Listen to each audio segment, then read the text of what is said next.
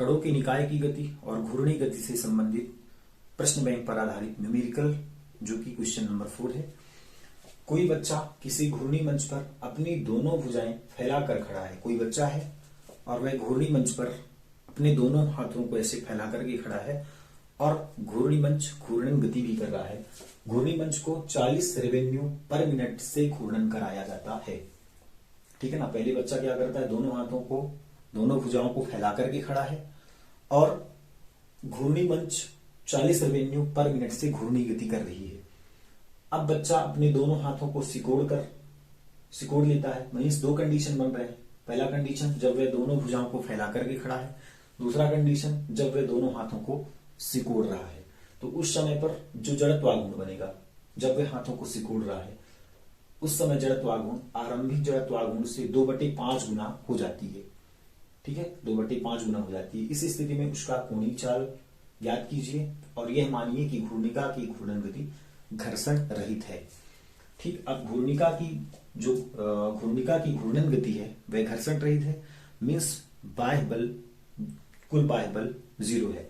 यहां पर कुल बाह्य बल कितना होगा, 0 लिखेंगे। कुल बाह्य बल 0, कुल बाह्य बल 0 है क्योंकि घूर्णिका की घूर्णन गति घर्षण रहित है, फ्रिक्शनलेस है।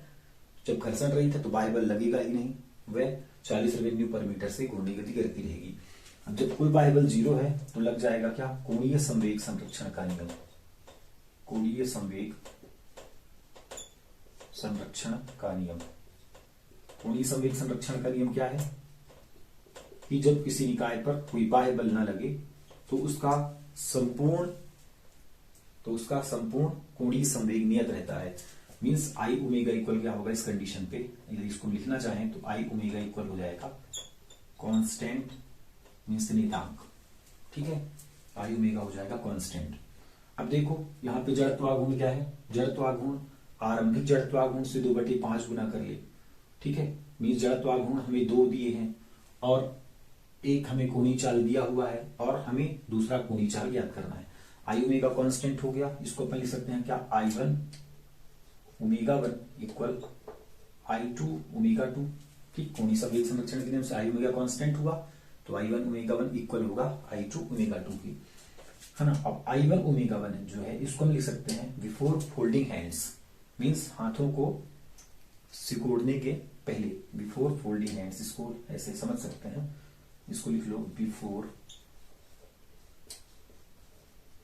फोल्डिंग हैंड्स, मीन्स हाथों को सिकोड़ने के पहले, और ये हो जाएगा आफ्टर फोल्डिंग हैंड्स, हाथों को सिकोड़ने के बाद, है ना। तो हाथों को सिकोड़ने के बाद, सिकोड़ लिया तो सिकोड़ने के बाद जड़त्वाघूर्ण, सिकोड़ने के बाद जड़त्वाघूर्ण क्या बनेगा, आफ्टर फोल्डिंग हैंड, सिकोड़ने के बाद जड़त्वाघूर्ण बना I2, है ना। तो मोड़ने के बाद जड़त्वाघूर्ण जो I2 है, I2 क्या है, I2 आरंभिक जड़त्वाघूर्ण से 2/5 गुना है। आरंभिक जड़त्वाघूर्ण I1 से कितना है, 2/5 गुना।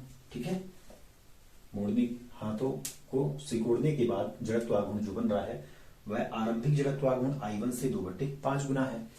तो I1 यहाँ पे वैल्यू रख दो, ये हो गया I1 ओमेगा 1 इक्वल I2 की जगह पे I1 into 2/5 into omega 2। Omega 2 हमको फाइंड करना है, ओमेगा 2 हमें निकालना है। और ओमेगा 1 की value before folding hands, means हाथों को सिकोड़ने के पहले, मीन्स जब वह हाथों को फैला करके खड़ा है उस टाइम पे ओमेगा 1 की वैल्यू दी गई है 40 आरपीएम, है ना। तो यहाँ पे वैल्यू रख दो I1 इंटू इसकी value 40, I1 into 2/5 into omega 2। और हमें क्या ज्ञात करना है, कोणीय चाल, मीन्स ओमेगा 2 ज्ञात करना है। कब, जब वह हाथों को सिकोड़ रहा है उस कंडीशन पे। ठीक है, I1 से I1 कैंसिल हुआ, है ना। ओमेगा 2 कितना हो जाएगा, ओमेगा 2 इक्वल हो जाएगा ये 40, ये इधर गुणे में 2/5 है, इधर गुणे में जाएगा तो 5/2 हो जाएगा, 2 से कैंसिल हो जाएगा, 20 दूना 40।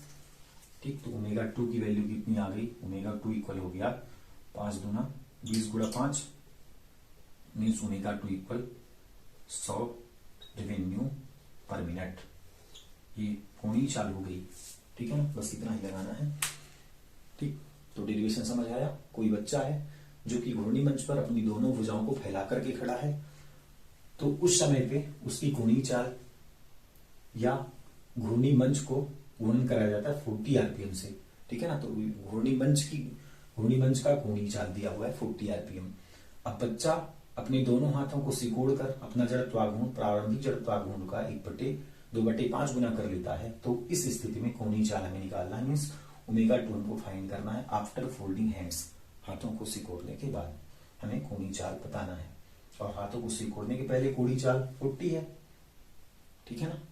अब आता है क्वेश्चन नंबर 5। किसी घूर्णक की 200 रेडियस पर सेकेंड की एक समान कोणीय चाल बनाए रखने के लिए, ठीक, कोई घूर्णक है, उसकी एक समान कोणीय चाल बनाए रखनी है। एक समान कोणीय चाल कितनी, 200 रेडियस पर सेकेंड, मतलब वह 200 रेडियस पर सेकेंड की स्पीड से वह घूर्णी गति करती रहे।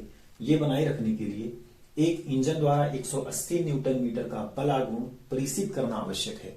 ऐसा करने के लिए एक इंजन के द्वारा हमें 180 न्यूटन मीटर का बलाघूर्ण लगातार उसको परिसित करना है, भेजना है। तो हमें इंजन की शक्ति बतानी है कि इंजन की शक्ति कितनी होगी। तो हम पहले लिख लें, दिया है, क्या क्या दिया है हमें दिया है 200 रेडियस पर सेकेंड। ये क्या है, कोणीय चाल मीन्स ओमेगा हमें दिया है 200 रेडियस पर सेकेंड या सेकेंड इनवर्स। और क्या दिया, बनाए रखने के लिए एक इंजन द्वारा 180 न्यूटन मीटर का बलाघूर्ण परिसित करना आवश्यक है।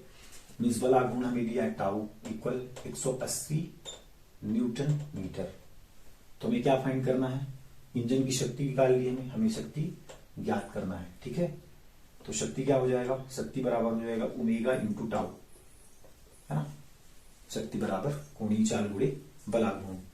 तो 200 गुणे 180, क्वांटिटी रख दो, ठीक है। 18 दूना 36, 3 टाइम 0 आ जाएगा, मल्टीप्लाई, ये निकल गया वाट, शक्ति का मात्रक वाट। अब इसको किलोवाट में बदलना है, तो 1000 का भाग करा देंगे, 1000 का भाग चला जाएगा, तो ये किलोवाट में बदल जाएगा। 3 0 से 3 0 कैंसिल, पावर निकल गया 36 किलोवाट, है ना, 36 किलोवाट। अब है क्वेश्चन नंबर 6। 20 किलोग्राम द्रव्यमान व 0.25 मीटर त्रिज्या का कोई ठोस बेलन, जिसको हम सिलेंडर कहते हैं, 100 रेडियस पर सेकेंड की कोणीय चाल से घूर्णन गति कर रहा है। तो बेलन की घूर्णन गतिज ऊर्जा ज्ञात करनी है, ठीक है। 20 किलोग्राम द्रव्यमान का और 0.25 मीटर त्रिज्या का कोई ठोस बेलन है, और वह घूर्णन गति कर रहा है कितने की चाल से, 100 रेडियस पर सेकेंड की कोणीय चाल से, रोटेशनल मोशन कर रहा है, घूर्णन गति कर रहा है। तो बेलन की घूर्णन गतिज ऊर्जा हमें याद करनी है, रोटेशनल काइनेटिक एनर्जी हमें फाइंड करनी है ना। तो हमें दिया है, पहले लिख लेंगे, दिया है क्या क्या, दिया है हमें 20 किलोग्राम द्रव्यमान, मीन्स हमें मास दिया है 20 केजी, 20 किलोग्राम, और त्रिज्या दी गई है r, capital R equal 0.25 metre, और क्या दिया है 100 रेडियस पर सेकेंड की कोणीय चाल मीन्स ओमेगा इक्वल 100 रेडियस पर सेकेंड या सेकेंड इनवर्स। तो हमें फाइंड क्या करना है, बेलन की घूर्णन गतिज ऊर्जा। तो बेलन की घूर्णन गतिज ऊर्जा मीन्स रोटेशनल काइनेटिक एनर्जी इसको बोलते हैं। इसका सूत्र होता है ½ I⍵²। ठीक, घूर्णन गतिज ऊर्जा का फार्मूला है ½ I⍵², जहां पे I जड़त्वाघूर्ण है और ओमेगा है कोणीय चाल। तो I निकालना है हमें इसके लिए क्या चाहिए, I चाहिए, है ना। ओमेगा की वैल्यू तो हमें गिवन है, I की वैल्यू हम फाइंड करेंगे। तो I मीन्स जड़त्वाघूर्ण, किसका जड़त्वाघूर्ण, बेलन का। कैसा बेलन है, ठोस बेलन है ना। तो ठोस बेलन मीन्स सॉलिड सिलेंडर के लिए जो जड़त्वाघूर्ण का फार्मूला है वह है कैपिटल M कैपिटल R का होल स्क्वायर डिवाइड बाई 2। ये फार्मूला है, ठीक, सॉलिड सिलेंडर का। तो M की वैल्यू रख दो, M की वैल्यू कितनी 20, इंटू R की वैल्यू रख दो 0.25 का होल स्क्वायर डिवाइड बाई 2, ठीक है। तो 2 से चाहे इसको कैंसिल आउट कर दो, 2 10 जा 20, तो वैल्यू आ गई 10 इंटू 0.25 का होल स्क्वायर। अब आई की वैल्यू को यहाँ पुट कर देना है, तो R PE rotational kinetic energy equal half I की वैल्यू 10 इंटू 0.25 का whole square into omega square, omega की वैल्यू 100, तो 100 का स्क्वायर। अब 2 से ये भी केस कट जाएगा, 2 पंचे 10, ये आ गया 5 गुणे 0.25 का होल स्क्वायर इंटू 100 का स्क्वायर। ठीक है, तो 5 गुणे इसका गुणा कराएंगे, ये आ जाएगा 0.0625 इंटू 100 का 2 बार गुणा, 2 0 2 0। ठीक है, 10,000, 100 का 2 बार गुणा। अब जब इसका गुणा कराएंगे, है ना, इसका गुणा करा के देखो तो 0.0625 का गुणा जब इससे होगा तो ये आ जाएगा कितना, सीधे सीधे जीरो इसके साथ ऐड हो जाएगा, ये बनेगा 0.625, 1 2 3 4, 1 2 3 4 बार जीरो।